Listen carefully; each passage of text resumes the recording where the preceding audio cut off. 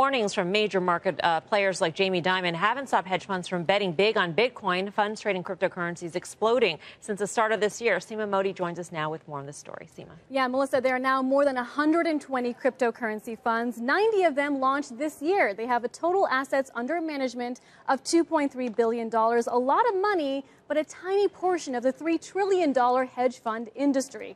Now, autonomous research found that 32% of the crypto funds purely trade digital assets, 37% use a more venture capital type of strategy, and 10% explicitly use artificial intelligence and quant trading. But Blockchain Capital says investor base includes high net worth individuals, many of whom made their money riding Bitcoin's surge, and some more iconic venture capital names like Sequoia Capital and Andreessen Horowitz, both of which are invested in Polychain and Meta Stable Capital, which reportedly requires minimum investment of $1 million and charges a 2% management fee. Still, experts advise investors to be cautious as some of the smaller funds are run by relatively inexperienced younger investors between the ages of 20 and 35.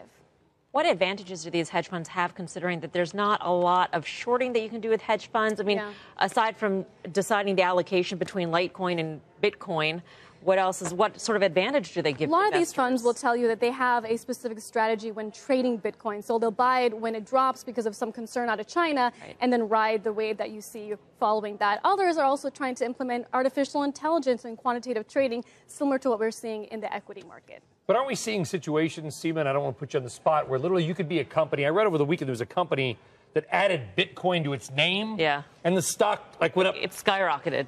It feels like radio in the 1920s or rails. Or .com during the .com bubble, right? I'm trying to forget those years, yeah. But you know what I mean. It's a hot marketing thing. It absolutely is. And for that reason, you have to be so much more careful and meticulous with where you put your money if you are trying to get exposure to not just Bitcoin, but these specific cryptocurrency hedge funds. So if you could just call me Bitcoin Sullivan from now on. Your Twitter following would just go up like way up. Another 100,000. And I don't know whether, maybe I want a 25 to 35-year-old fund manager managing this for fund. Bitcoin, for maybe. Bitcoin.